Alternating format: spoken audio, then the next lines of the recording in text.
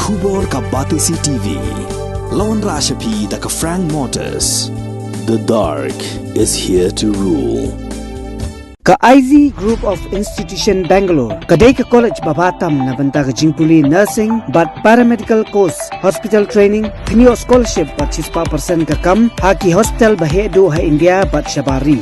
Na banta ka jingpuli ka jingsiyo ka baret but pila banlek puli da ka education loan. Pila urban chukol ha number khandai nyo saw san rio prano lani khandai pran rio laisan an riway khandai pra. Dr. Dipankar Das, Ubadai Chief Interventional Cardiologist, Unsawan Hanongba Shillong, Haka Arpanyutarek Ujamang Arjar Pulai, Ha Woodland Hospital, Bat Pila Balne Ikandu, Nadu Kapor Katwi Biji Sheneng, Bat Pila Ruban Shukol How number 90890-97907. Ban ailat yaki bakini dan menta haga Bharat Scouts Guides Movement ka St. Mary Mazzarello Girls Higher Secondary School Jowai hapo kajing penya jongki arngot ki guide captain ki bakuntup ya ka modestalin marbanyang bat ka kerdalin karbhi haga khatsantarik ujemmang arjar arpulai kila penlong ya ka investiture ceremony haga balasakhilang dau district secretary jonga Meghalaya Bharat Scouts and Guides West Giant Hills uba adiam Dkhot uba lalongkum Kongsan rengkat kejingiran lang jongka principal ka Sister Teresa Power ka guide captain ka chwada ka lalu lembat kinong hikai. What do they do? I like their duties. The first one is important life skills, and that is what they teach you when you go for camps and others. And then you have the outdoor activities. You have also the school duties, and you have fun in learning.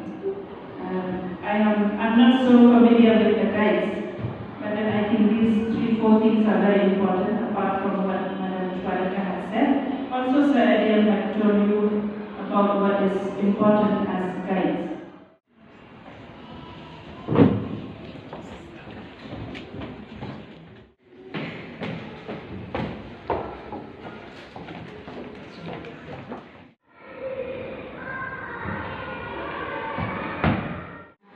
Do you know what your honors mean? Yes, Captain.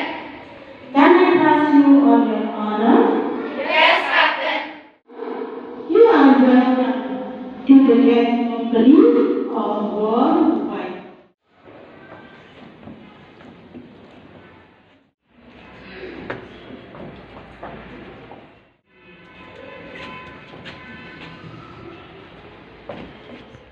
With us today to witness the enrollment ceremony.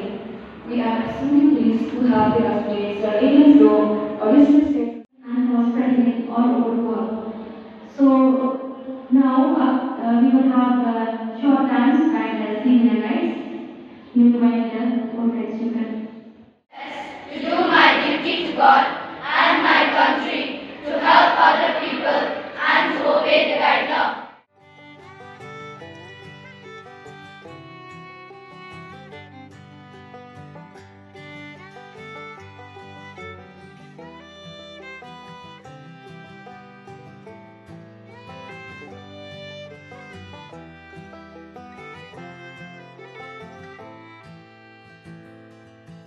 Young boys and girls to be in the guides section.